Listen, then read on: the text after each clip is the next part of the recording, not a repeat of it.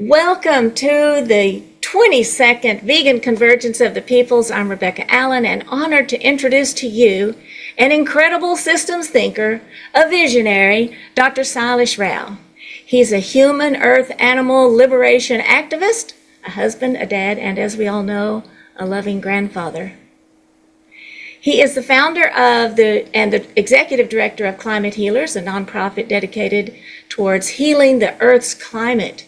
Dr. Silish Rao has over 3 decades of professional experience. He's a systems specialist with a PhD in electrical engineering from Stanford University. Dr. Rao worked on the internet communications infrastructure for 20 years after his graduation.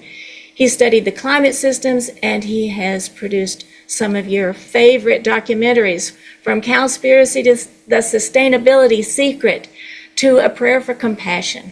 He's authored incredible books, including Carbon Dharma, The Occupation of Butterflies, and Carbon Yoga, The Vegan Metamorphosis, The Pinky Promise, and Animal Agriculture is Immoral, an anthology. And most recently, There is a Planet B. Please welcome Dr. Sailesh Rao, thriving on Planet B. Sailesh Rao. Thank you so much, Rebecca. Let me start sharing my presentation.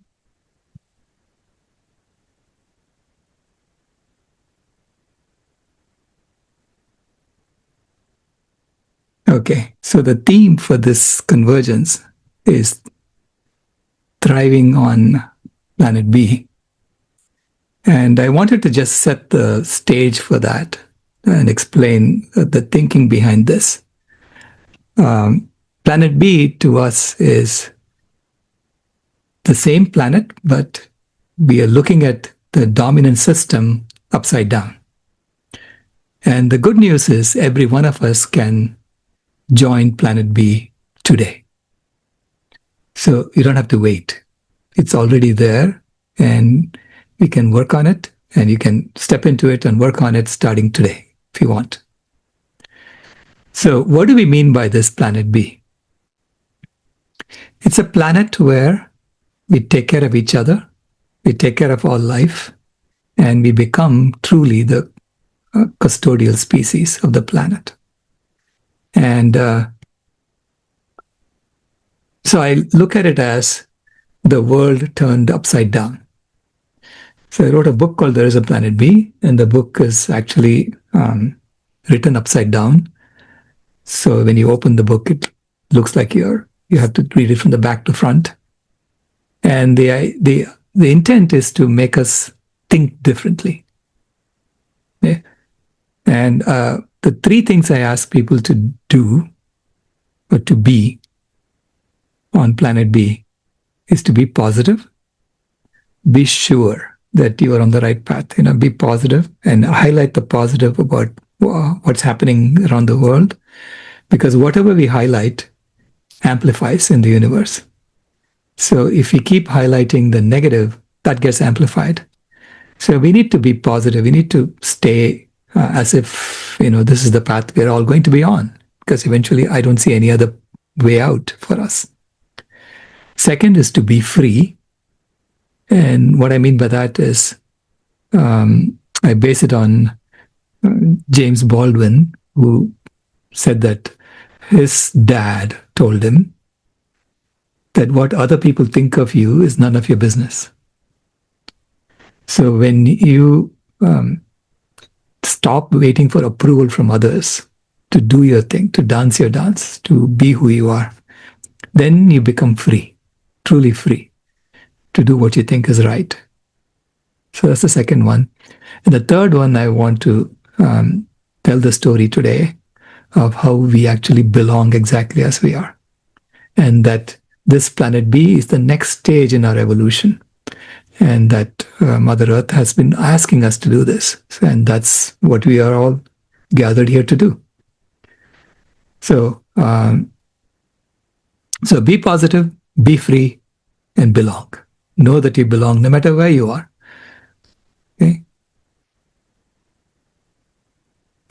Now, the Planet B idea is based on Berkana Institute's two loops model. And basically, in the two loops model, they said big living systems can never be changed from within. Because every system is a set of elements and processes that are designed to accomplish a certain objective. Like when we design a motor car, for instance, we have all these. You have to make an engine, you have to make a body, you have to make this steering wheel, a transmission, and so on. I mean, if you just put that down on the ground, it doesn't do anything. It's only when you put it all together and you have a flow of fuel through the system that you get it to do what it's intended to do, which is to move you from one place to another. In the same way, systems are how we collaborate among millions and billions of us and become so powerful as a species.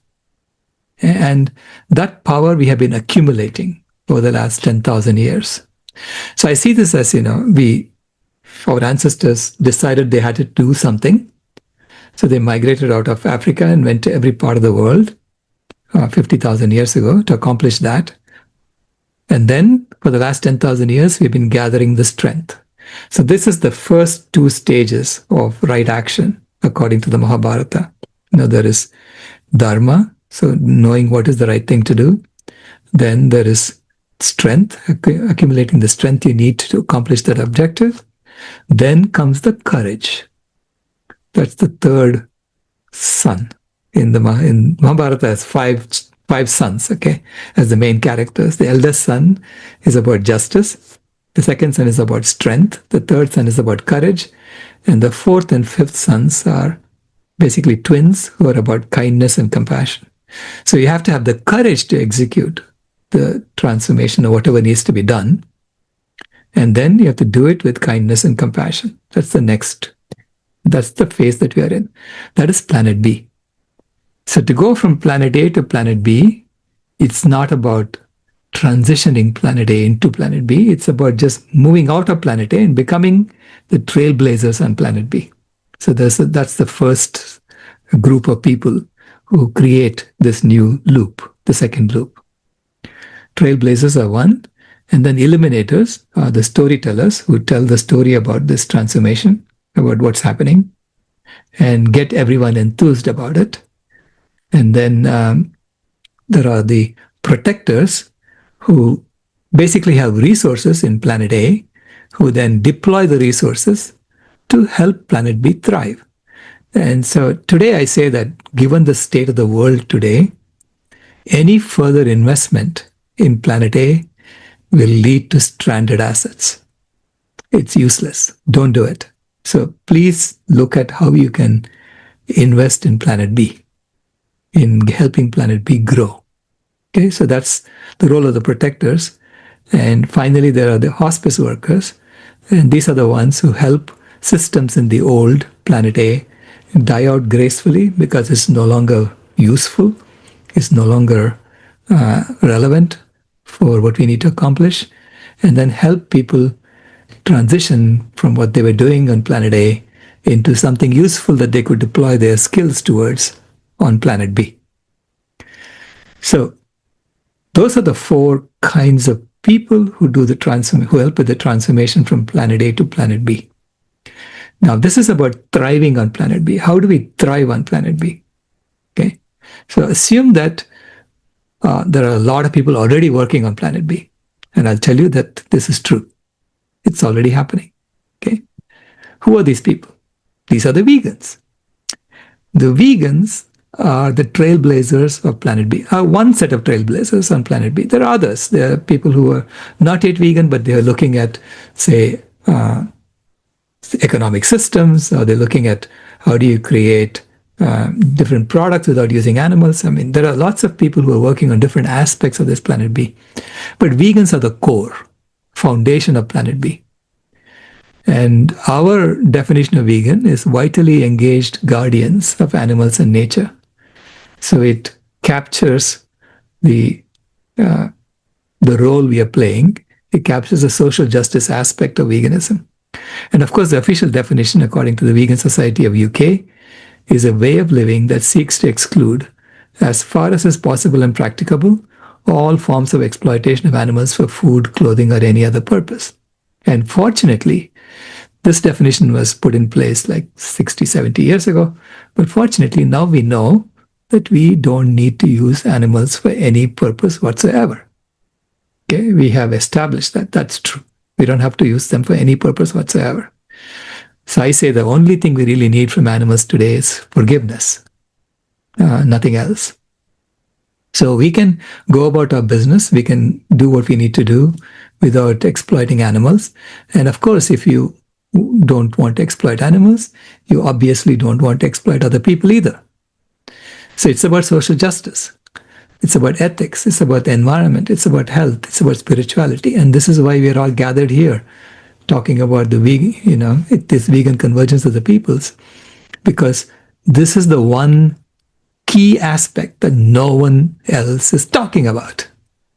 And you go to any UN meeting, they're serving meat, even though they know that animal agriculture is the leading cause of whatever problem that they're facing, that they're trying to resolve.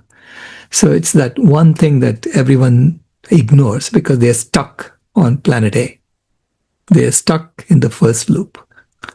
And so those of us who are peeled off and come and who are in the second loop in planet B, now we are now figuring out how to create systems in planet B so that we can now gather our strength in numbers. So there are now, the estimate is anywhere from 100 million to 300 million vegans, conscious vegans on the planet, not to mention the billions who are vegan by default because they don't have access to animal foods or to eat. Okay, but they're all trying on planet A to get to that level. So this is why I say, please be open about your veganism. Please be out and proud as vegans, because only when you're out and proud as vegans that you cause people on planet A to rethink. It's not about making them comfortable, It's about telling them the truth about what really needs to happen today. What really needs to happen today is for us to stop using animals for any purpose whatsoever. That's what the environment is telling us we need to do. It's not about just changing our food system and then ignoring any other aspect of the veganism. So this is why even though I think there is a place for the plant-based movement, I think the vegan movement is the one that is actually necessary at the moment to help people transform. Because people don't change when they're feeling comfortable. They only change when they are uncomfortable. So telling them the truth about what needs to happen may make some people uncomfortable, but that's okay, because only then will they change. So it's not about comfort anymore. Okay, and so when the world goes vegan, we know that we can return 40% of the land back to nature. So thriving on planet B is about restoring the forests and the wild and the other wild systems that used to be there on that land. Okay, and confining ourselves to consuming only plant-based foods and creating everything with just plants. Clothing you need with plants. Everything should be done with plants and not with animals. So only then will you be able to free that land and return it back to nature. And of course, when you free land and return it back to nature, it's a completely different system altogether. So it's a system that's objective function is to restore the planet, not to extract from the planet. So for that, you'll need a different economic system. You'll need a different political system. You need every system needs to be redesigned for this different objective function. Okay, and it's not such a hard design problem for us to, and a lot of people are already working on different aspects of this problem. Okay? So that's assuming that we only touch this, and then we can look at our consumption. Do we really need to use 22% of our land for logging, for timber? So when we stop this conspicuous consumption, which is happening on planet A, and just take what we need and use it to figure out how to solve our problems that we are facing today, then you may even return some of this land back to nature. Then you may even return some of the unused land, the deserts, back to nature as well, further down the road. Okay, so this is the possibility of what we could be doing when we are thriving on planet B. And it can happen very, very fast. That's the good news. See, in Ethiopia, on one day, so this is a UN environmental program, article that was published in 2019, 2nd of August 2019. So Ethiopia got together, and there are only 23 million people in Ethiopia. So the government designated 1,000 areas that people could go and plant trees in. And then they told them we need to beat the record that India had set in 2016, I believe, or maybe earlier, 2010 or so. And India had planted 50 million trees in one day. And Ethiopia said, we need to beat that. And the people got together, and 23 million people planted 350 million trees in a single day. Now, if all 8 billion of us could do what Ethiopians did on one day, we would be planting 120 billion trees in a single day. Which means you could plant 1 trillion trees. If you really want to, you can plant 1 trillion trees in about 8 days. We have to act like Ethiopians. We all have to become Ethiopians for 8 days. Of course, there's a lot of prep work that they did to get to that day, so let's say we space it out over, 1 day per month. That's 8 months. In 8 months, you could plant 1 trillion trees. And the good news is when you plant 1 trillion trees, nature plants 2 trillion trees. Nature will double what you're doing. Because you just send a message to nature saying, I want the trees to come back, and she'll do the rest for us. So it's not that hard to get to a planet B in which now you're addressing all the environmental issues that we are facing today. And we have to do this in an open source economy and ecology. And what I mean by that is no more of this, it's my idea, or this is mine, it's yours. No, everything is open source. You just give it away. Any idea you come up with, you give it away. So it's only when you don't have that secrecy that you can accomplish this overall objective that's larger than us. This is a simple rule that we know in engineering, right? When you're working on an engineering project, you're basically working on something that's larger than yourself. And I don't expect my fellow engineers to keep secrets from each other. Not about the overall objective. There are other secrets they can keep, but not about the overall objective. So this is why it has to be an open source economy and ecology. And we'll be monitoring the planetary boundaries and making sure that every planetary boundary that's gone into the red zone is moving towards the green zone. And if it is not moving towards the green zone, we are analyzing why it is not moving towards the green zone, and then we are figuring out how to solve that. So right now we know that there are 7 planetary boundaries that have been transgressed. And I've gone through that in previous talks. Previously they said there were 6: freshwater change, land system change, and then climate change, and then biogeochemical flows, novel entities, and biosphere integrity, in that order. And just recently they said that ocean acidification has also moved from green towards yellow.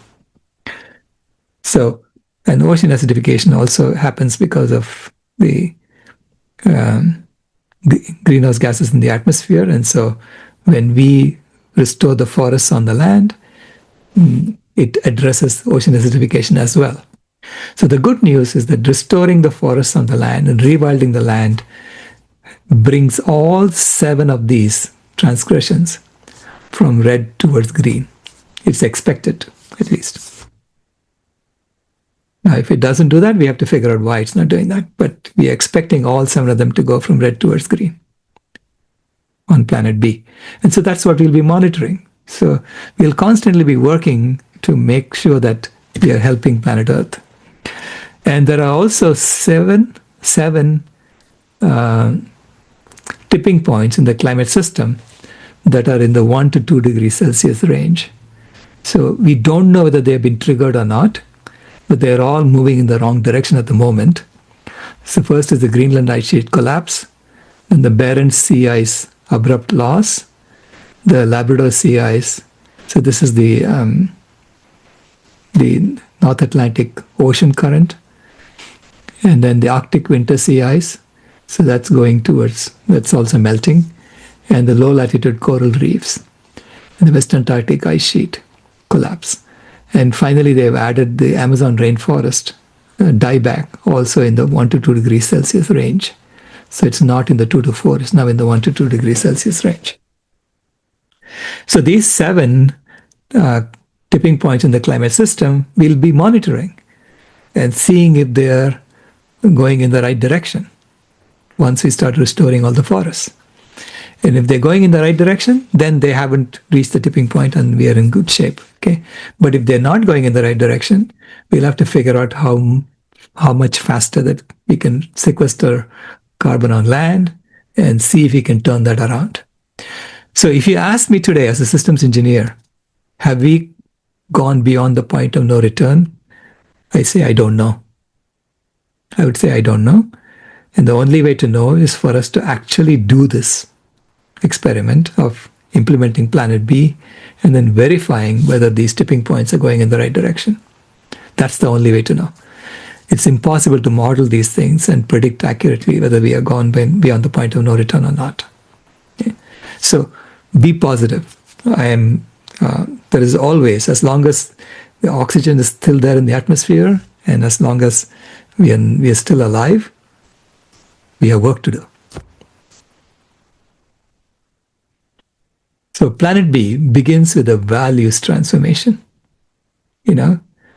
from deception to honesty, domination to humility, from death to happiness, disease to health, and destruction to harmony. So the honesty, humility, happiness, health, and harmony, that's the thriving that happens on Planet B.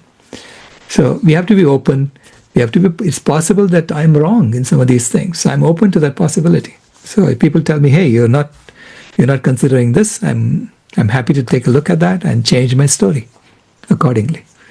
So you have to have that honesty and we have to have that humility. We are not here to boss over the animals or boss over each other. We are here to serve them. And that's when you'll become happy and healthy and live in harmony with the earth. So this is going from ego, the climate heating phase, to the saver phase, which is you're serving the animals. You're at the very bottom. You're serving the animals in the climate healing phase and serving each other. And once we stabilize the planet, then we can go into this climate harmonizing phase where you're all equal. So it begins with self-transformation.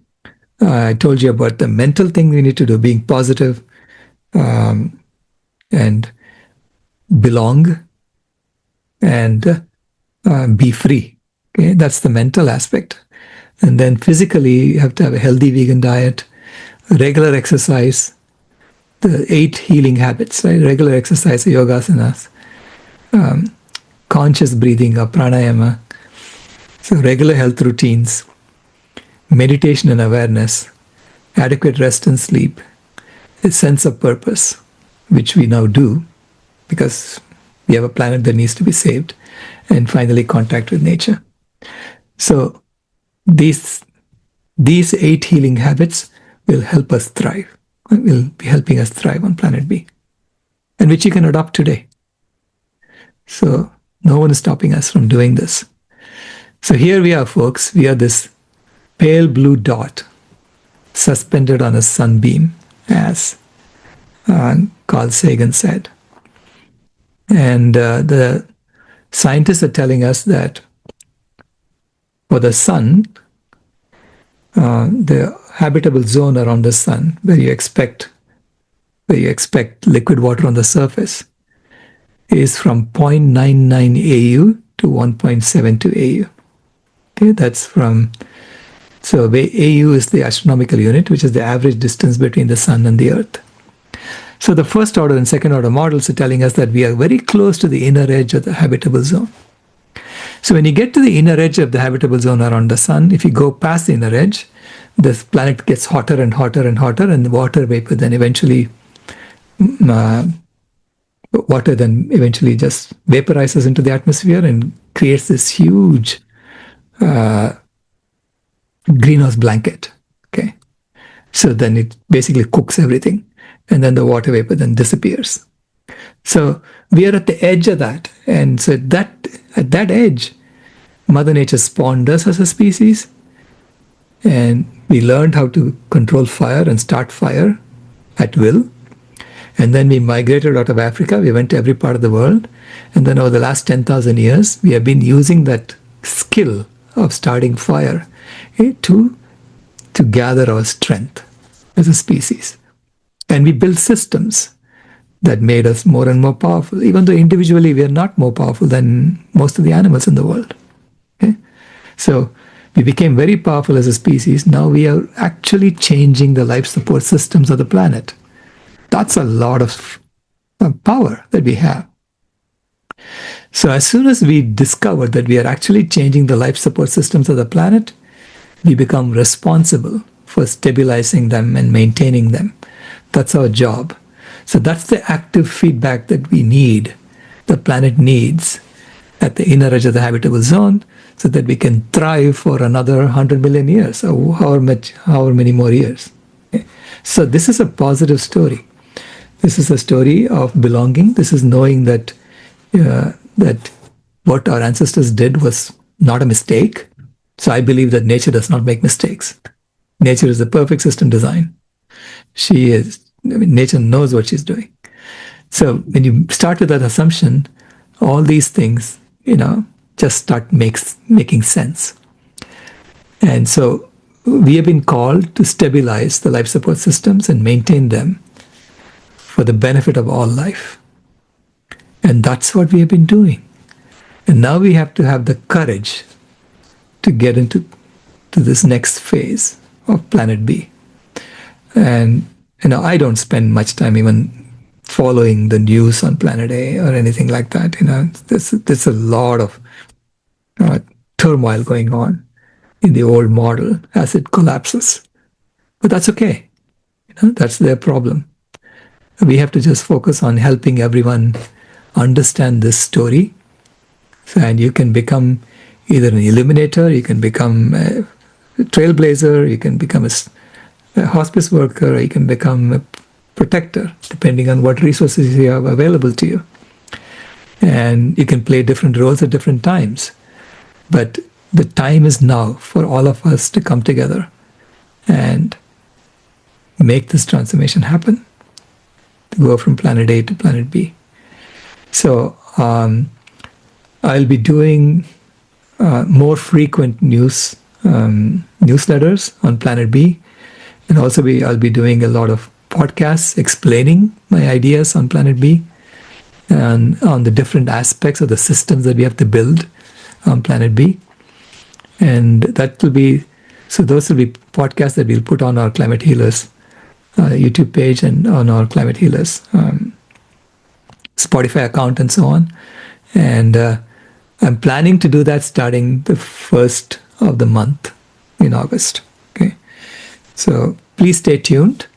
These are exciting times, and I'm so glad that you're all here, that we are all working together to make this happen. So with that, I'm going to throw the floor open for questions that people may have.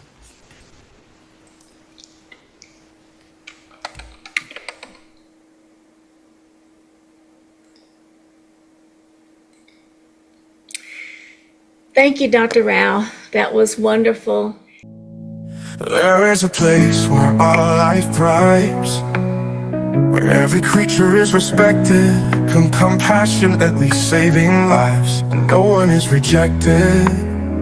Our world of peace and harmony, we call this planet There's a place where all life thrives. This place we know is upside down, a chaos of extremes. In unity we turn it around and live the life of dreams. A world of peace and harmony, we call this planet B.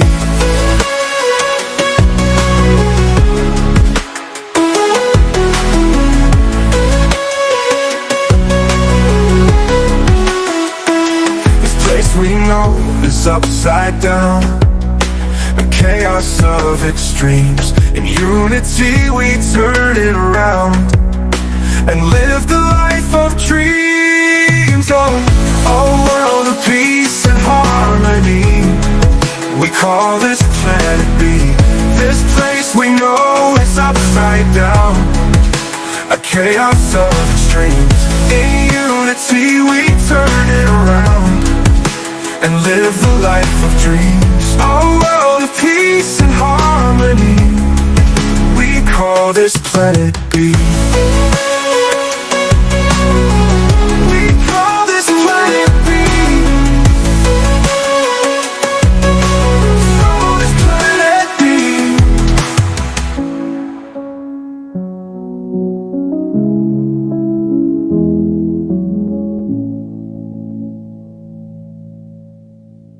There is a place where all life thrives, where every creature is respected, compassionately saving lives, and no one is rejected.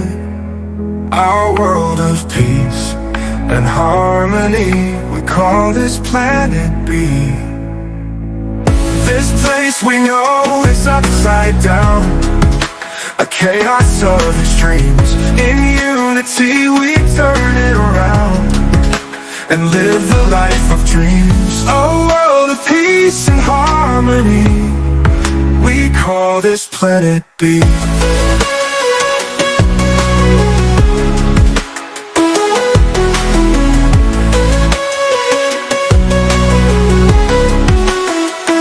This place we know is upside down, a chaos of extremes. In unity we turn it around and live the life of dreams. Oh, a world of peace and harmony, we call this planet B. This place we know is upside down, a chaos of extremes. In unity we turn it around and live the life of dreams. A world of peace and harmony, we call this planet B.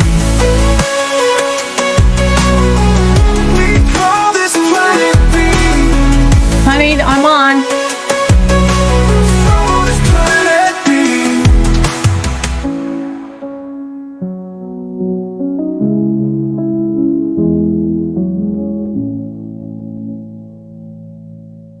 There is a place where all life thrives, where every creature is respected, compassionately saving lives, and no one is rejected. Our world of peace and harmony, we call this planet B. This place we know is upside down, a chaos of extremes. In unity we turn it around and live the life of dreams. A world of peace and harmony, we call this planet B.